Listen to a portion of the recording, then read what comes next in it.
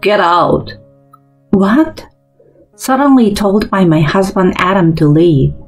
My mind went blank. We got married shortly after finding out I was pregnant a few months ago. The birth is approaching, and I believed we'd soon be happily living together as a family of 3. But now, he's trying to kick me out of the house. Does he expect me, with no income, to survive on my own? Wasn't he looking forward to the arrival of our baby?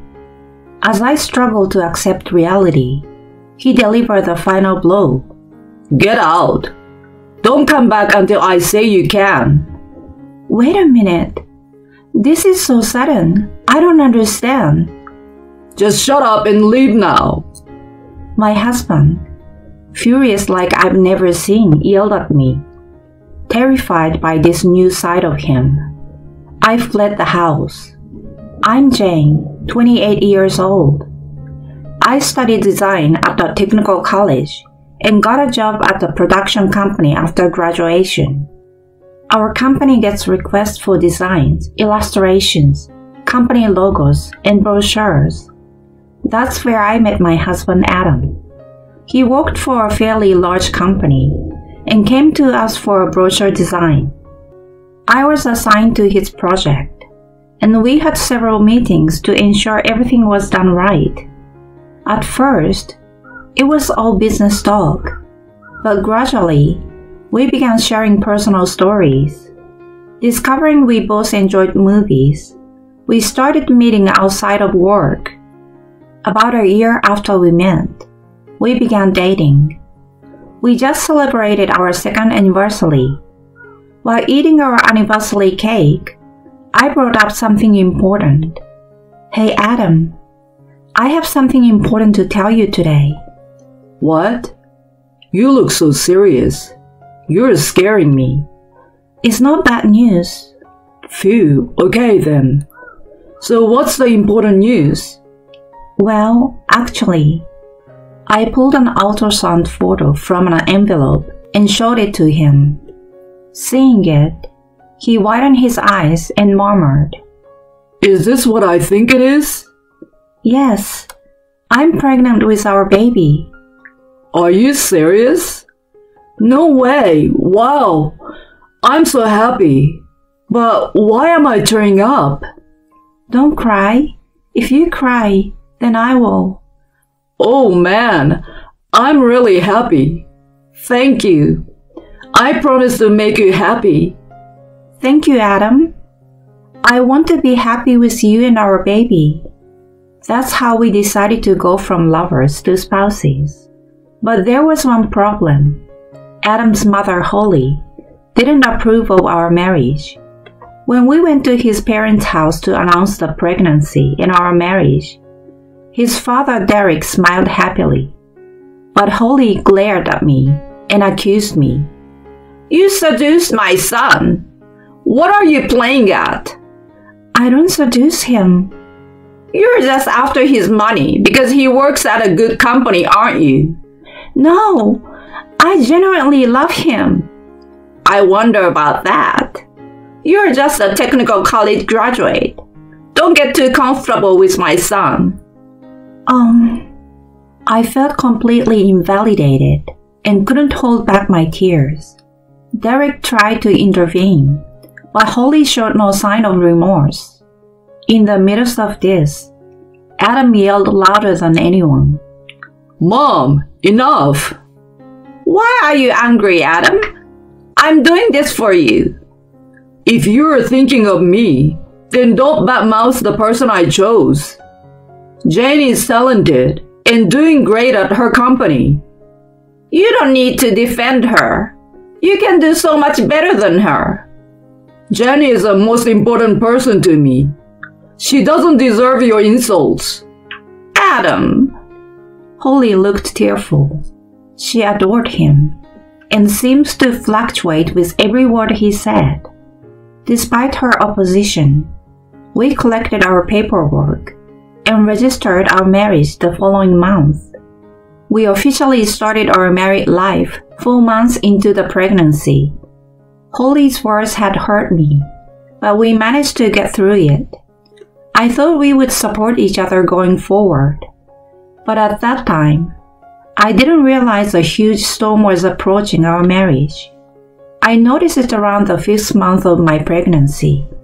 My company has a policy for early maternity leave, especially since the CEO is a woman who prioritizes health during pregnancy.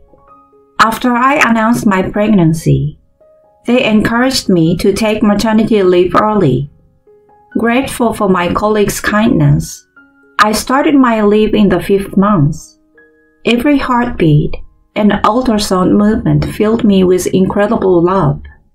I truly understand the preciousness of having a child with the person I love.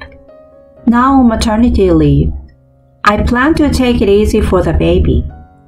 I dreamed of going places with Adam and our baby. While showing him the ultrasound, we made plans for the future. Hey, where should we take our baby once they are born? Well, how about we all go to the aquarium we love? I was truly happy seeing my husband talk excitedly about it. Then, a few days later, while I was taking it easy and doing housework, the doorbell rang. When I opened the door, there stood my mother-in-law Holly, looking perplexed. "Oh, hi Holly." She frowned at my calling her name.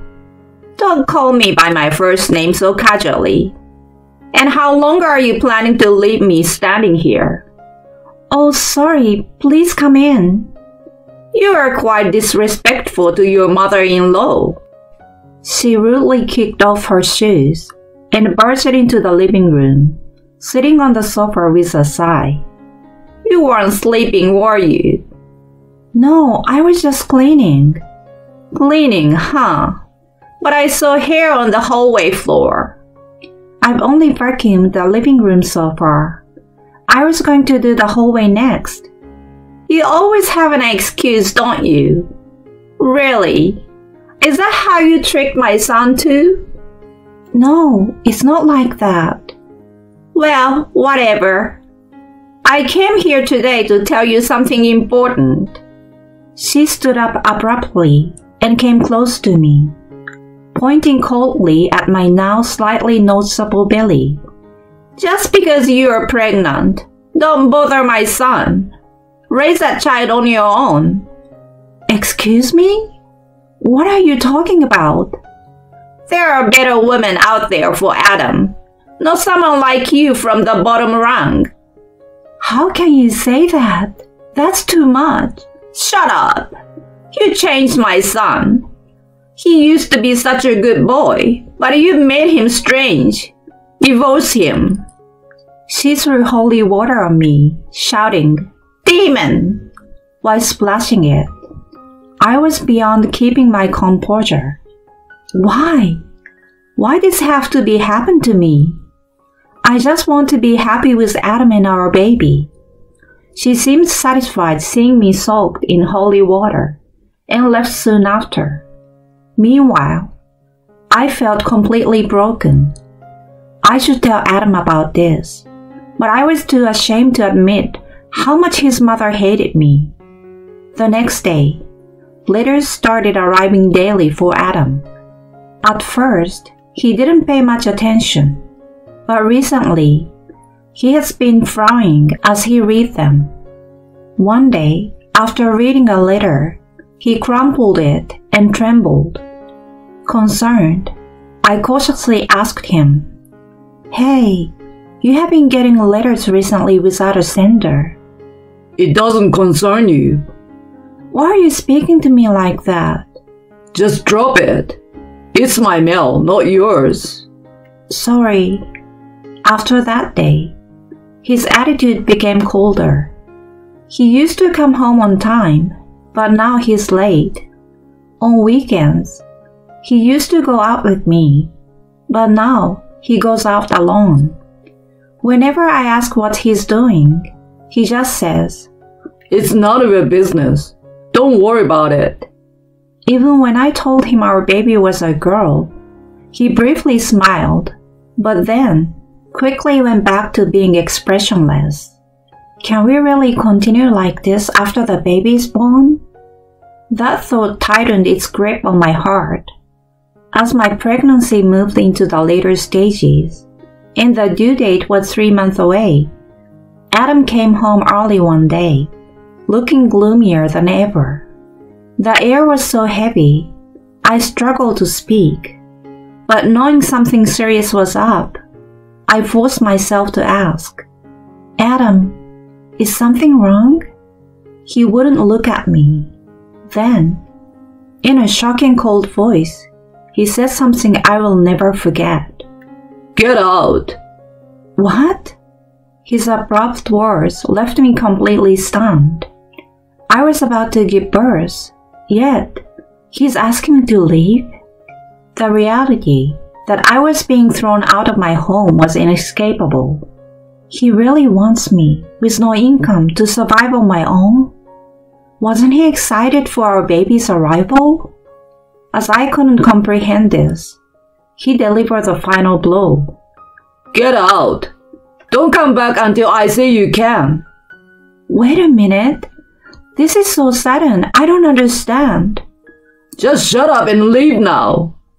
Terrified my yelling husband, my legs shook. Not knowing what to do, I quickly packed some things and called my father. He said he would come to pick me up, and I decided to take refuge at my parents' house for a while. That's how I left the house, as if fleeing. The following days were tough. Adam wouldn't reply to my messages or calls. My father apparently talked to him once, but he was vague about the conversation. Why could my father talk to him, but not me? I couldn't stop crying from the shock. The next month, while cooking with my mom, the doorbell rang. My dad unusually answered it, so I continued cooking. Then, he called my mom and me into the living room. There stood Adam and Holly. "Adam, it's been a while." "Jane, have you been okay?" "How could I be okay? You've been ignoring all my calls and messages. What have you been doing?" Why? I couldn't suppress my questions and ended up speaking harshly. My pent-up anger and sadness had definitely reached a peak. Adam lowered his head, his voice trembling as if he were crying. "Jane, I'm really sorry. I had no other way to do this without telling you anything." "What do you mean? I don't understand what you're apologizing for." "I didn't want to do this either, but this was the only way to protect you." "Protect me?" I asked back immediately, not understanding what he meant. He nodded slightly and began to explain. "My being cold to you and sending you back to your parents was all to protect you." That still doesn't make any sense to me. "Do you remember the letters I was receiving?" "Yes, I remember. The ones you never showed me, no matter how many times I asked." "Right. I brought them today." He took out a bunch of letters from his bag and laid them on the table. Reading the words in the letters, I was speechless. "Divorce your wife. If you don't, your wife will be harmed. Do you care what happens to the child? Divorce a useless woman who can only bear a girl." Tears flowed freely as I read the heartless words. Adam had kept these letters from me to protect my feelings, just as he said.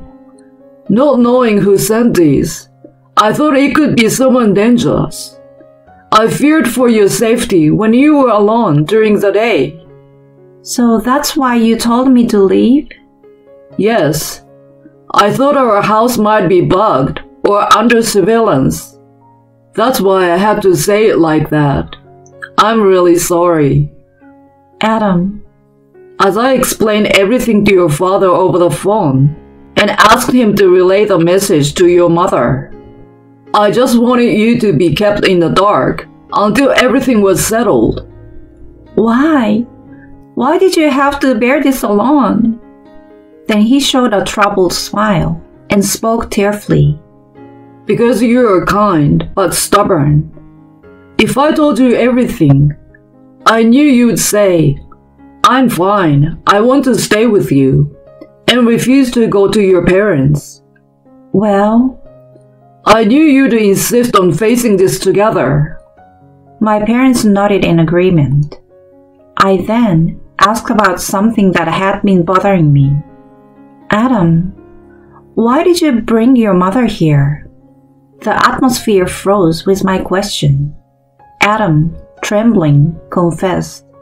The sender of the letters was actually my mom. No way! She's your mother. She wouldn't. She told me something. She splashed holy water at you, didn't she? Yes, that happened. She was determined to make us divorce. When I mentioned consulting the police about the letters, she immediately confessed. That's unbelievable. Holly, pale-faced and downcast, winced when I called her name. She then glared at me and yelled, It's all your fault. My son hates me because of you. Holly, if it weren't for you, Adam would still be with me. Overwhelmed, she screamed in distress, leaving my parents and me speechless. Adam, remaining composed, firmly grabbed her arm and spoke sternly. Enough already. How much trouble do you need to cause? You promised to apologize today, coming here. But she took you away from me, from your mother. Nonsense. You have no right to call yourself a mother after sending those criminal letters.